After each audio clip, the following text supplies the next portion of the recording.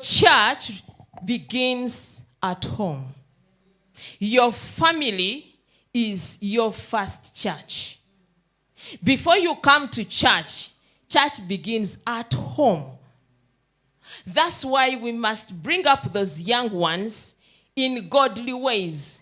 We must let them know who our God is. That's why God kept telling the Israelites that write the scriptures on your doorposts. Write them on the walls. He told Joshua in chapter 1 that let this book of the law never depart. Never depart. Never depart. You should never leave this book of the law.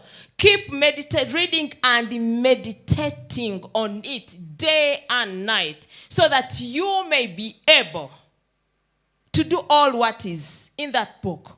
And in that way, you'll be successful. Now we go out looking for success of our families in so many ways.